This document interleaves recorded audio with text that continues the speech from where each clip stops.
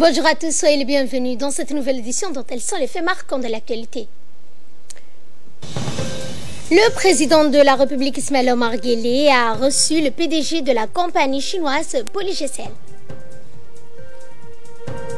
Et dans l'actualité internationale, en Libye, plus de 1800 familles déplacées par les combats près de Tripoli. Bonjour à tous. Le président de la République Ismaël Omar Guelleh est attendu aujourd'hui dans l'après-midi après sa participation au 3e sommet Chine-Afrique au Forum économique qui a réuni les grands patrons des sociétés africaines et chinoises. Hier, le chef de l'État, Ismaël Omar Guelleh, avait reçu le PDG de la compagnie chinoise Polygcel. Cette société devra construire un gazoduc entre Djibouti et l'Éthiopie ainsi qu'une usine de liquéfaction à Demerjouk. Il est aussi question de construire un terminal gazier pour l'exportation du gaz trouvé dans la province somalienne du grand voisin éthiopien. Les discussions entre les deux hommes ont donc essentiellement porté sur l'acheminement et la transformation du gaz naturel en province éthiopienne. Il a été surtout question de la mise en projet économique annexe dans la création d'une usine électrique. Entre autres, d'abord sur l'état d'avancement du méga-projet gazier et des choses auxquelles la République de Djibouti a facilité et auxquelles a été finalisé auprès de la société Polygcel, mais aussi sur la partie éthiopienne sur les accords intergouvernementaux qui sont en phase finale et terminés. Donc aussi, le président de Polygcel nous avait aussi promis qu'il allait aussi nous faire un plan de développement à Djibouti avec de nouveaux projets concernant la zone de Demerjouk, chose qui a été faite, et des plans de développement ont été présentés au président de la République de Djibouti. Donc nous attendons grand chose et nous allons certainement accompagner la société Polygcel à, Inch'Allah, réaliser tous ces grands projets. Et aussi concernant les énergies renouvelables à Djibouti, Polygcel nous a présenté, de par sa filiale JCL, de nouveaux projets sur les énergies renouvelables. Donc nous allons essayer de développer avec eux, mais aussi avec l'équipe de l'EDD et du ministère de l'Énergie, des projets solaires et éoliennes. Et nous comptons bien entendu recevoir dès la semaine prochaine les équipes de JCL, mais nous allons continuer notre périple en Chine et continuer sur la ville de Suzhou, le quartier général de CGL, afin de voir et de signer un protocole d'entente avec la société JCL pour ainsi développer à Djibouti les énergies renouvelables. Le directeur général de l'EDD, Jamal Guelleh, s'est réjoui de toutes ces belles opportunités qui permettront, a-t-il dit, dans un futur proche de réduire le coût de la facture énergétique à Djibouti. Autre rencontre, le président de la République a également rencontré les dirigeants d'autres sociétés chinoises ainsi que des chercheurs et professeurs chinois. Cela a eu lieu près de sa participation au forum économique portant sur la coopération Chine-Afrique. Le chef de l'État a ainsi accordé des entrevues au président directeur général de la China Energy Construction Corporation, M. Zhao Jianglang. Avec ce dernier, la tête-à-tête de la société chinoise qui a construit le train électrique chinois. Il a surtout été question d'échanges sur l'évolution du projet de construction de 2 tours jumelles dans le quartier de Blois, sur l'appréciation des investissements qu'ils souhaitent réaliser tout au long du nouveau chemin de fer djiboutien et sur la nature du projet touristique qu'ils espèrent à long terme entériner sur toute la façade maritime qui a donné accès à la plage de la Siesta. Poursuivant ces rencontres, le numéro 1 djiboutien s'est entretenu avec M. Li Liu, PDG de la société Tutrout, qui compte investir dans notre pays. Le PDG a fait part au président de la République des projets de sa société. Le président de la République, Ismaël Omar Guelleh, a également reçu le professeur Justin Ling, éminent universitaire et référence internationale dans le domaine économique. Avec cet expert appartenant au conseil consultatif du président chinois Xi Jinping, qui par ailleurs vice-président de la Banque mondiale, les discussions ont surtout porté sur un échange large de vue d'analyse sur l'aptitude au succès de nombreux projets économiques concernant notre pays. Également dans l'actualité à Riyad, notre ambassadeur en poste en Arabie Saoudite, Deraddine Bamakhrama, rencontre hier Abdallah Al-Salman, directeur général de l'Institut Saoud Al-Faisal pour les études diplomatiques. L'entretien entre les deux hommes a porté sur la coopération entre les deux instituts diplomatiques de pays frères. La rencontre s'est déroulée dans le nouveau siège de l'Institut Saoud Al-Faisal des études diplomatiques, l'ambassade de Dr Turki à Turquie de l'Institut saoudien, notant que les deux instituts djiboutiennes et saoudiennes ont signé un accord de coopération en 2017. Et en prévision de la rentrée scolaire 2018-2019, l'International School of Africa a organisé une rencontre qui a réuni les parents, les conseils d'administration, les enseignants et les actionnaires de cette école privée. Parents et enseignants ont largement discuté du parcours scolaire de leurs enfants, de leur comportement en classe. Ces rencontres visent tout d'abord à mettre en œuvre pour la réussite des enfants. Ce dialogue a pour objectif une information mutuelle de recherche, d'échange, une meilleure compréhension réciproque fondée sur le respect et la confiance.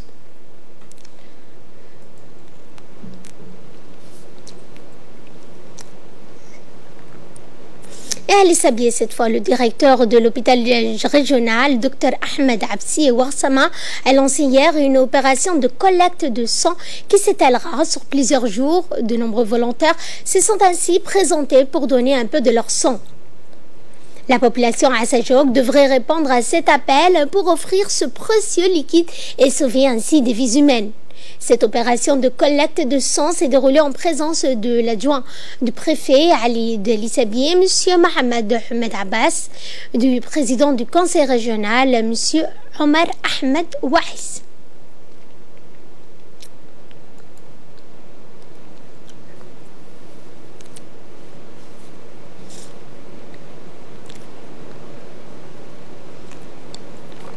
Ali Sabieh, cette fois, toujours dans le cadre de la contrebande du cat introduit illégalement sur notre territoire.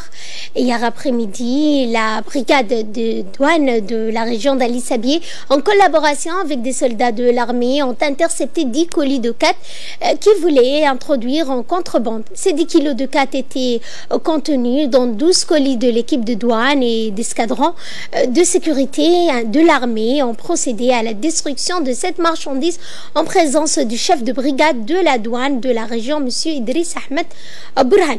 État de Joura, cette fois, à la localité de Adeilou, a été faite durant l'organisation de cette 10e édition du tournoi omnisport d'amitié.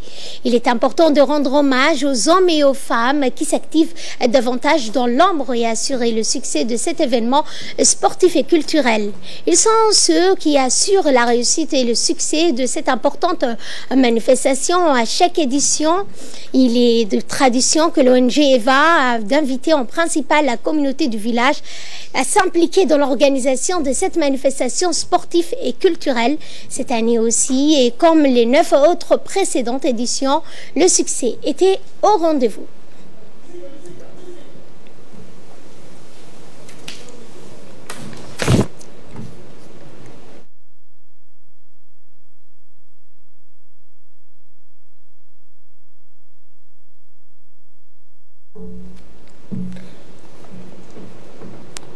Et de là, nous passons à ce qui domine l'actualité internationale, notamment, nous vous en parlions en début de journal, la Libye, plus de 1800 personnes déplacées par le combat. Et pour nous en parler plus en détail, Ali Abdullahi, bonjour Ali. Bonjour Fardous. Qu'en est-il donc de ces 1800 déplacés par la guerre ? Eh bien, des affrontements, Fardous, entre milices ont repris hier après-midi au sud de la capitale, peu avant la tenue d'une réunion sous l'égide de l'ONU. Plus de 1800 familles ont dû fuir les zones de combat, opposant depuis le 27 août des milices rivales près de Tripoli, la capitale, mais d'autres familles ont refusé de partir et de quitter leur maison par crainte d'actes de pillage et de vol. Ces familles restées donc sur place ont toutefois besoin de nourriture et d'eau pour tenir, Fardous. Après une pause de quelques heures, les combats ont repris hier en fin de matinée au sud de la capitale libyenne, peu avant la tenue d'une réunion sous l'égide de l'ONU. La tâche de la mission de l'Organisation des Nations Unies en Libye a confirmé la tenue de cette réunion sans donner plus de détails sur les participants ou le lieu de ces pourparlers. Donc fermé à la presse, selon-elle, la tâche de cette mission de l'ONU reste lourde et les affrontements ont fait au moins 50 morts et plus de 138 blessés. Et tout autre sujet, Ali, le Qatar annule ainsi les autorisations de sortie de la majorité de ses travailleurs immigrés. Effectivement, le Qatar a mis fin hier à la loi controversée exigeant qu'un travailleur immigré obtienne une autorisation de son employeur pour pouvoir quitter le pays. Le Qatar emploie près de 2 millions de travailleurs étrangers, dont beaucoup sont employés sur de grands projets d'infrastructure en prévision de l'organisation de la Coupe du Monde de foot en 2022. En vertu de ce texte, seuls 5% du personnel d'une entreprise devra désormais obtenir une permission pour quitter le territoire, c'est ce que précise cette agence du Qatar. Son adoption est une nouvelle étape dans les efforts continus pour assurer tous les employés immigrés au Qatar, c'est ce qu'a indiqué un employeur de ce pays. L'Organisation internationale du travail, l'OIT, s'est félicitée de cette adoption de cette loi qui, selon elle, aura un impact direct et positif sur la vie des ouvriers étrangers au Qatar. Et allez donc, cette offensive en Syrie a été là plus précisément. Il y a urgence de l'ONU. Après 22 jours de pause, les avions russes ont de nouveau bombardé des secteurs du sud et du sud-ouest de la province rebelle syrienne d'Idlib, alors que les troupes du régime de Damas continuent de se rassembler dans la perspective d'une offensive massive. Ces bombardements inquiètent au plus haut point des Nations Unies et les Américains qui ont convoqué une réunion du Conseil de sécurité ce vendredi. Si hier Donald Trump mettait en garde la Syrie, la Russie et l'Iran contre une potentielle tragédie humaine, l'émissaire de l'ONU pour la Syrie a rappelé toutefois la Russie et la Turquie à se parler en urgence pour éviter un bain de sang dans ce pays. Car la Turquie, Ferdous, a elle aussi massé des troupes armées à sa frontière sud-ouest avec la Syrie. Elle semble prête à intervenir pour éviter un nouvel afflux de réfugiés syriens sur son territoire. Selon l'envoyé spécial de l'ONU en Syrie, Stéphane de Mistura, la situation est critique. Il a indiqué, je cite, « Jusqu'ici, les rencontres entre les protagonistes turcs et russes n'ont pas été concluantes et nous avons eu vent d'informations dans les médias selon lequel le gouvernement syrien s'est donné autour du 10 septembre pour lancer son attaque, d'où il y a une urgence. » Et au Japon, Ali, donc au moins 10 personnes ont perdu la vie suite au passage du typhon Jebi. Effectivement, donc un puissant typhon, Fardous, baptisé Jebi, a traversé hier l'archipel du sud-ouest du nord, faisant 10 morts et des centaines de blessés. Il n'est désormais plus qu'une tempête à l'heure où je vous parle. 10 morts, plus de 300 blessés, de nombreux dégâts matériels et le chaos à l'aéroport de Kansai. Le typhon Jebi qui a balayé le Japon hier restera dans les annales, même s'il est loin d'être le plus meurtrier. C'est le 21e donc, typhon de la saison, dont les vents dans la partie centrale dépassaient les 160 km par heure et près de 220 km par heure en périphérie. Et sport, allez, pour terminer, nous allons parler notamment du Grand Chelem où Nadal s'est débarrassé de l'Autrichien et rejoint ainsi la demi-finale. Effectivement, le numéro 1 mondial et tenant du trophée, Rafael Nadal, a arraché sa qualification pour les demi-finales de l'US Open en venant à bout de l'Autrichien Dominic Thiem, 9e joueur mondial. Après un combat de 4h49 minutes, il a gagné en 5-7 Fardous. Les deux hommes qui ont bataillé jusqu'à plus de 2 heures du matin ont joué le match le plus long de l'édition 2018 du tournoi. Nadal en quête d'un 4e trophée à Flushing Meadows et d'un 18e en Grand Chelem sera opposé au numéro 3 mondial Juan Martín del Potro pour une place en finale comme il y a seulement une année. Merci Ali pour cette précision. Merci également à vous de nous avoir suivis et passez un excellent après-midi sur Télé Djibouti.